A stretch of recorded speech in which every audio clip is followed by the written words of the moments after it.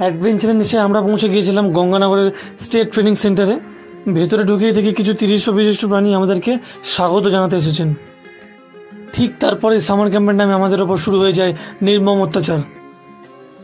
কোনো এক বিশেষ প্রজাতির কলা, যেটা শুধু সেখানকার আম গাছই পাওয়া যায়, সেই কলা খাওয়ানোর প্রলোভন দেখিয়ে আমাদেরকে উলঙ্গ করে র্যাগিং চলতে থাকে।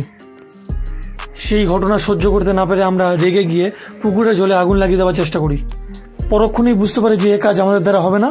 পানি में आग सिर्फ एक ही जन लगा सकती है और वो है সানি লিওনি।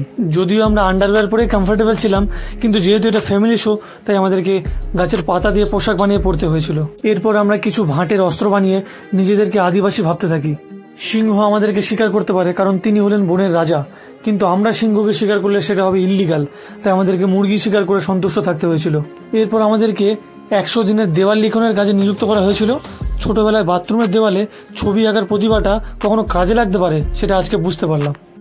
মাচিস কিংবা লাইটারের অভাবে সিগারেট না জ্বালাতে পারে আমরা ফ্রাস্ট্রেটেড হয়ে কৃত্রিমভাবে আগুন জ্বালানোর চেষ্টা করতে থাকি। লেট নাইট পার্টি করে বাড়ি ফেরার সময় বাবা মা যখন ঘাড় ধাক্কা দিয়ে ঘর থেকে বের করে দেয়, সেই সিচুয়েশনে পড়ে কোথায় থাকবো সেই কথা চিন্তা করে আমাদের একটা করে আস্তানা বানিয়ে রাখছি। এরপরে একটি ট্র্যাপ বানিয়ে শিয়াল ধরার অভিযান চালানো হয়, কিন্তু দুঃখের বিষয় শিয়ালের জন্য রাখা টোপটি ইঁদুরে খেয়ে চলে যাওয়ায় এই অভিযানও ব্যর্থ হয়।